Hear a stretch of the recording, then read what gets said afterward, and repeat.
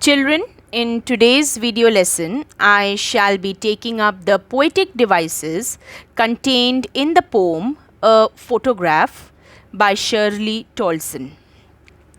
Children, I am already done with the line by line explanation of the poem. If you haven't gone through the previous video, please go and watch it. You will be able to understand these poetic devices in a much better way. Coming to the first literary device or the poetic device used in the poem, it is alliteration, children. Now let us understand what alliteration is. I did tell you that it is the repetition of the consonant sound, children. Okay, it is not just the consonant but the consonant sound. Let's see what's written. Alliteration is the repetition of the same letter sound at the beginning of several words in a line of text.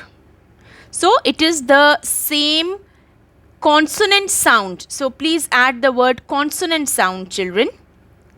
The word comes from the Latin littera, meaning letter of the alphabet. See, this is a little information, extra information, and it's always good to know the background and to know these additional points about these poetic devices. So it is from the Latin word littera, meaning letter of the alphabet. The current definition of alliteration has been used since the year 1650s. So since 1650s, this definition is in practice. In alliteration, the words should flow in quick succession. You know, that sound should be in quick succession, one after the other. Think of from forth the fatal lions of these two foes. Now, this is an example from William Shakespeare's Romeo and Juliet. Now, you know, an easier example has been given in the next line. But still in this example that we just read, children, wicked witch, WW, okay, loose lips, LL. Okay, now the F sound in the line, from forth the fatal lions of these two foes. So fur. Are you paying attention at the sound that is coming out of the consonants, children? Wicked witch, v, loose lips, l. Okay, and from forth fatal foes, fur. So this is the consonant sound. So it is flowing in quick succession, children. Okay, very close to each other it is. The key is to look for repetition. See, now how can you locate alliterations in a given line? The key is to look for repetition of sounds, not letters. The letter, for example, see, this line has been explained. The letter G, for example, sounds very different in giant than in gas.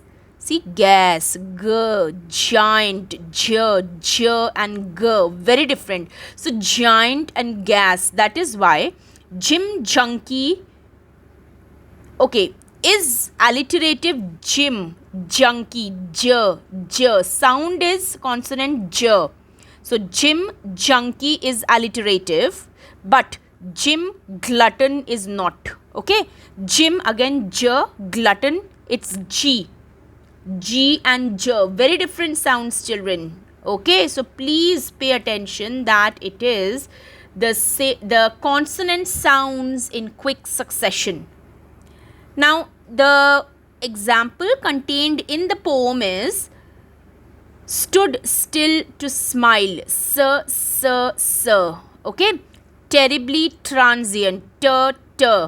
So these are all the consonant sounds in quick succession, and hence these are examples of alliterations. Coming to the next poetic device, children, it is personification.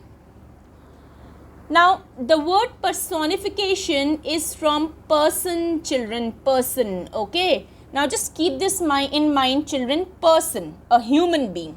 Let's see the number of examples. There are a number of examples given in this slide. You know, sometimes in poetic language we say the sun smiles, the wind whispers to the trees, and the shadows of the leaves dance in the wind. Okay, when there is a pleasant breeze blowing during the night time, it appears as if, and in the moonlit night, what happens? The shadow of the leaves are falling on the ground, and there's a breeze blowing, so it appears as if the shadows of the leaves are dancing in the mind. See children, and imagery is created in your mind. An image, can you just form a word picture in your mind? So imagery is a kind of a word picture. So the function of personification is to create a kind of a word picture in your mind. You can imagine what the poet wants to say here. Although literally means, if I look at the literal meaning, the sun cannot smile. A sun never smiles, nor do the leaves dance, because they don't have the legs.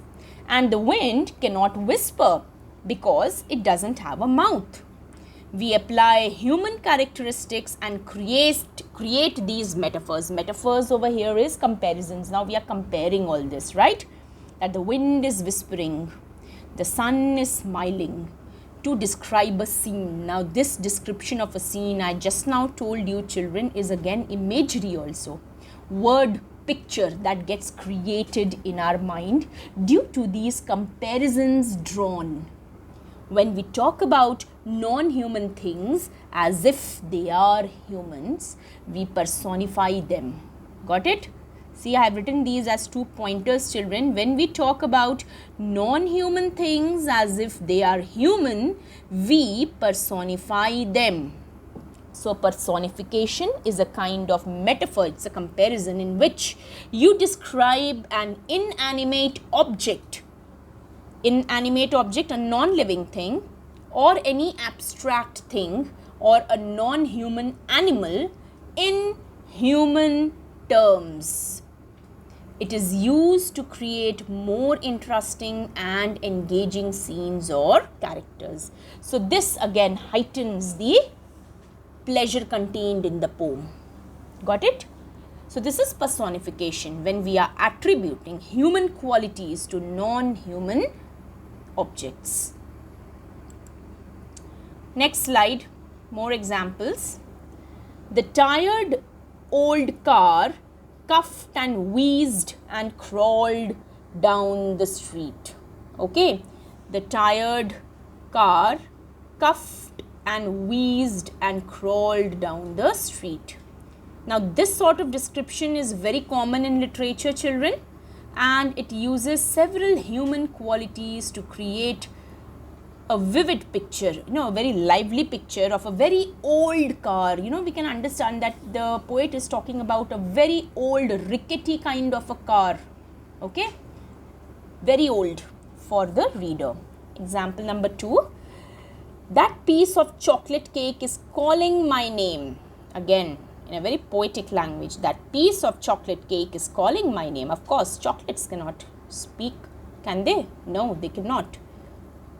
Chocolate cake doesn't have the ability to call after someone. Here, personification has been used to express the feeling of desire and hunger. So it's expressing, the feelings of desire and hunger. We say that whatever object we desire is calling our name. See, please, children, I am taking it in so much detail so as to make the concept clear. Now, putting a character's feelings into the objects around him or her is a very common technique in literature, and poets often practice this. Hence, this is personification. Let's move on to the next slide now. These are some common personification examples, children. Lightning danced across the sky. The wind howled in the night. Of course, lightning cannot dance across the sky. Winds cannot howl painful sounds. Okay. The car complained as the key was roughly turned in its ignition. Car cannot complain. But then maybe it did not start because the key was inserted in a very rough manner, right? Rita heard the last piece of pie calling her name. She was feeling, she got tempted by looking at that last piece of pie, and she couldn't control herself, her temptation. My alarm clock yells at me to get out of bed every morning. These are all use of personifications, children. Okay, the alarm bell calling out that it's get up, wake up. Okay. Moving on to the next slide, children. Okay, now example of personification contained in the poem that we are reading. Now, in the last line, children, it's written, its silence silences. Now again, go back to the poem. Go back to the video if you have not watched it. It will get clear.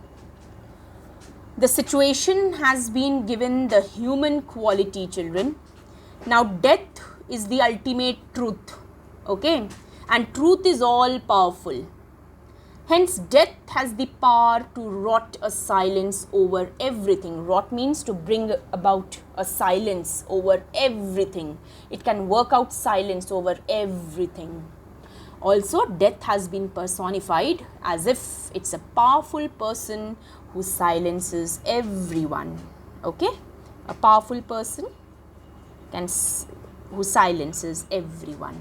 So, the death has been personified. Okay, moving on to the next slide, children. It is transferred epithet. Okay, let me just zoom this in for you. Yes, transferred epithet, children, I have already explained it to you. Epithet here means adjective.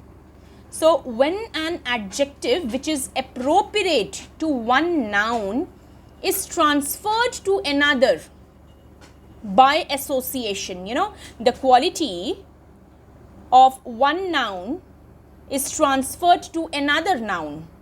It is called transferred epithet. For example, I'll give you one more example and then we will come to the example contained in the poem. Sick room. Now, a room cannot be sick, right? But the people inside the room, they were so dull, they were so drowsy that it appeared as if the room, which was full of people with such an expression on their face, made the room sick. Happy morning. Mornings are not happy, right? But the people, the cheerful people, the happy people, they make the mornings cheerful.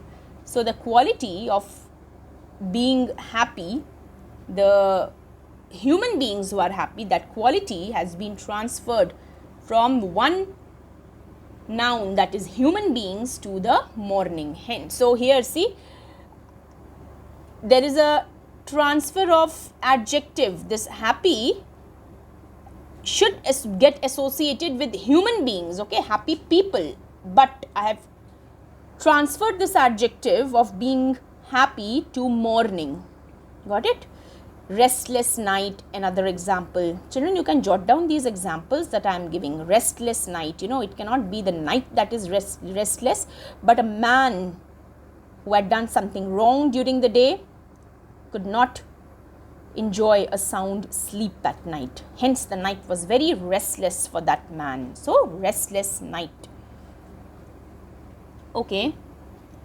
Now, here I will also take the opportunity to explain synecdoche, children. I told you when a part stands for the whole, this figure of speech is called synecdoche. synecdoche, synecdoche, when a part stands for whole. It is contained in transferred epithet only, children. Okay. In the poem, how synecdoche has been used, we'll come to that also. Okay. Moving on to the next. Okay, let's just go through what is written on this slide. The same thing that I have explained, children. An epithet is an adjective or phrase containing an adjective or adverb which modifies or describes a noun. For example, dreamless sleep. Dreamless is the epithet, children. So, dreamless is the epithet. Of course, the person sleeps cannot be dreamless, right? The person who was sleeping did not get any dreams at night, did not get any dream at night. Hence, it was a dreamless night for him. Okay. Other examples, you can have a look at the other examples. Dreamless is a transferred epithet. The exact meaning of the sentence is night when I or whoever slept without dreaming. Since a night cannot actually dream anyway, right? This is what I am explaining. A night cannot dream.